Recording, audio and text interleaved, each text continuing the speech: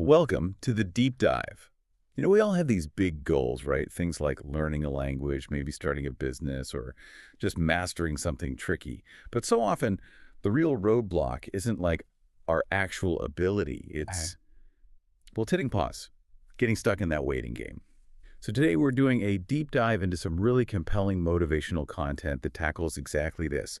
It's basically a strong call to uh, get moving, Hmm. to stop procrastinating and embrace what the source calls, and I like this phrase, an obsession with growth. Yeah, and for you, the learner, our goal today isn't just to skim the surface, the usual motivational hype. We really want to dig into the practical stuff, the actual steps, the psychology behind it, the sort of mental models you need for real, consistent self-improvement. Because it's one thing to hear a good idea, right? It's another thing entirely to know how to actually do it day after day. Okay, so we've broken this down into four main themes we're going to unpack. First, we'll look at what waiting really costs you. Then we'll explore this idea of 1% daily growth. It sounds small, but it's powerful. After that, we'll talk about why consistency is just non-negotiable. And finally, we'll touch on what the source means by this idea of self-reliance. Sound good? Sounds great. Let's get into it. All right, let's start with the big one, the waiting trap. It's kind of funny, isn't it, how we hold ourselves back, almost waiting for permission. The source asks this really pointed question. How long have you been waiting? Mm-hmm. And it's not just general waiting. It actually points out three specific ways we do this. Yeah. Are you waiting for that perfect moment? Right, which never seems to arrive. Exactly. Or are you waiting until you magically feel ready, whatever that means? Yeah, the elusive ready feeling. Or my favorite, waiting for motivation to just sort of appear out of nowhere like a lightning strike. Yeah. And the source just cuts right through that, doesn't it? It basically says, look, there is no perfect time, period. Waiting implies you think things will somehow get easier or better later, you'll be less busy or suddenly more inspired. Yeah, the fantasy future. Exactly. But the reality is, if you keep waiting, you stay right where you are now. Nothing changes. It frames waiting as actively harmful too, not just passive. Oh, definitely. Yeah. Psychologically, it often comes down to fear, right? Fear of starting imperfectly, fear of what others might think, analysis paralysis. But this material argues waiting isn't neutral, it's destructive. It says it kills dreams. Wow. Yeah, strong words. And maybe more practically, it steals opportunities today. Yeah. And it makes your goals feel even more impossible because you never actually start engaging with them. They stay abstract. Okay, so that reframe is crucial. Delay isn't just delay, it's an active choice against your own progress. But what about feeling overwhelmed? The goal just seems too massive. How do you break that initial paralysis? Well, the key takeaway here is you don't need to be perfect or even good to start. You just start.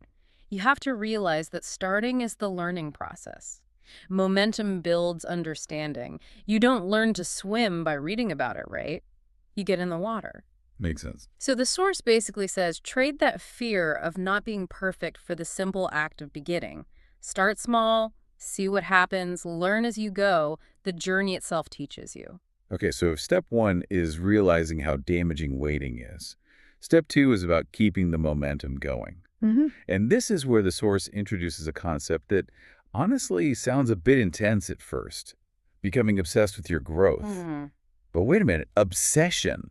That word can sound negative, right? Like burnout waiting to happen or unhealthy focus. Let's try to dig into what obsession means in this context. That's a really important point. And the source is quite specific. It's not talking about obsession like some anxious, frantic chase for a finish line. It defines obsession here as a really focused, consistent dedication to the process, the daily grind of getting better. Ah, okay. Process, not outcome. Exactly. It shifts the big, scary question, when will I succeed, to a very manageable daily check-in. How can I get just 1% better today? It's an obsession with the attempt, the daily effort, not fixating on some distant trophy. That clarification makes the whole 1% idea much more approachable. Totally. Because it's not about massive, disruptive changes. It's about the power of small gains compounding over time. It's basic math, really.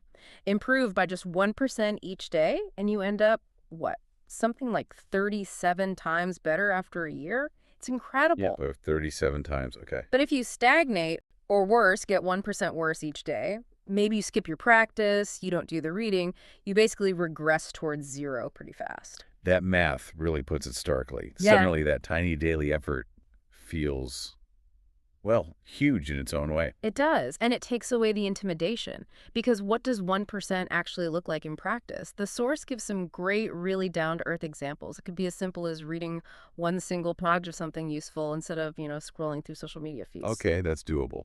Or learning one new vocabulary word if you're learning a language. Just one. Or practicing speaking, maybe recording yourself for 5 minutes.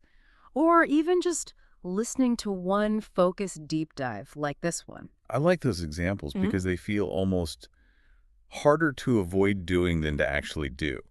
They need Yeah. minimal motivation. Precisely. It's about discipline, not inspiration. You take this big idea of growth and shrink it down to a tiny daily commitment. So when that becomes your focus, your quote-unquote obsession, then success stops being this vague someday thing. Yeah, it becomes something you're actively building, brick by tiny brick, starting today.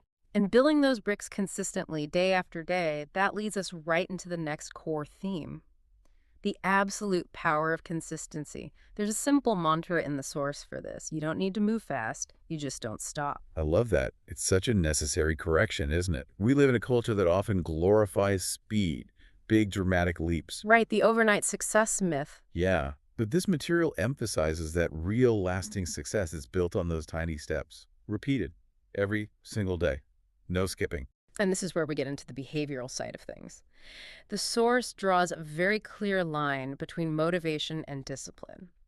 Motivation, it says, is basically an emotion. It's flighty, comes and goes. You feel hyped one day, totally flat the next. You can't build anything reliable on that. Okay. But discipline is different. Discipline, when practiced consistently, becomes part of your identity. Discipline sticks around. How does that identity shift work? Well, when you commit to that small, non-negotiable 1% action, you're not just ticking a box, you're sending a signal to yourself, you're reinforcing. I'm the kind of person who reads one page every day. Ah, I see. It becomes who you are, not just what you do. Exactly. And acting in line with your identity is always easier than acting against it. So over time, the discipline feels less like effort and more like just being you. But the source acknowledges it's not always easy, right? What about those days when you're genuinely exhausted or frustrated? You just don't feel like it. How do you keep going without burning out? Does that tiny step become a burden then? That's a fair question, and the advice is crucial. Scale it down, but don't break the chain. The discipline isn't always about hitting your usual target. It's about showing up. Period. So, give me an example. Okay, let's say your 1% goal is normally writing 500 words for your project. But today, you're wiped out, maybe feeling sick. The disciplined action isn't forcing out 500 words. It might be writing one good sentence, or even just opening the document and rereading the last paragraph. Just keeping the connection alive. Precisely. You keep the streak going, you keep growing, however minimally, even on your worst days. That resilience, that act of showing up when it's hard, that's what separates sustainable growth from just sporadic bursts of effort. That's the core difference. That focus on showing up, even in small ways, seems to feed directly into the final big message from this material. It feels very much about self-ownership. Yeah, profound self-reliance. It basically says, stop waiting for someone else to fix things or give you permission. The command is pretty direct. Don't wait for a savior. Don't wait for the right time. We already know that doesn't exist. Don't wait for the perfect mentor or some lucky break. Just start now. Take control. And taking that control, that agency, it does something important psychologically. It shifts your focus. See, when you're waiting for external things, the right conditions, someone's approval, you're constantly scanning your environment, feeling a bit powerless, maybe. Yeah, dependent. Dependent, exactly. But when you embrace self-reliance, the focus turns inward. You become the engine of change. You're looking at what you can do right now. And that creates momentum. It creates a positive feedback loop, which is vital. Every tiny step you take, that one page read, those 5 minutes of practice, it's not just progress, it's proof. It's concrete evidence that you are capable, that you are growing, that you are making things happen. And you need to acknowledge that, be proud of those small wins. Because that proof builds confidence for the next step. Absolutely. It chips away at any victim mentality and makes taking the next day's 1% action just that little bit easier. It reinforces your belief in your own ability, your self-efficacy. So it's about ditching the need for external praise and focusing on your own internal progress meter, building your confidence 1% at a time. That's it perfectly. Yeah. The growth you're working on, obsessing over in that positive sense, it's yours. You own it.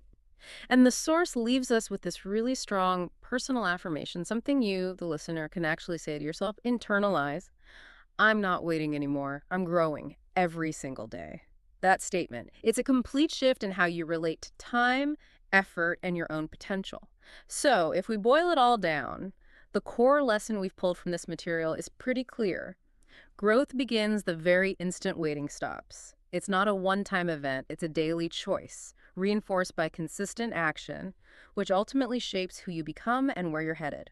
Yeah, it's about swapping that sometimes comfortable feeling of planning forever for the actual, sometimes messy reality of doing, taking action. And if we tie this back to that powerful compounding idea, that success really is built on tiny steps, repeated daily, essentially. I want to leave you, the learner, with one final thought to chew on. You understand the concept now. You see the cost of waiting. So the question is, what is the single non-negotiable 1% action you are going to commit to starting today? Something you know you should do, something you've maybe been putting off. Pick that one thing. Make it your non-negotiable. Make it consistent. And then just begin. Thanks for joining us for this deep dive. We'll see you next time.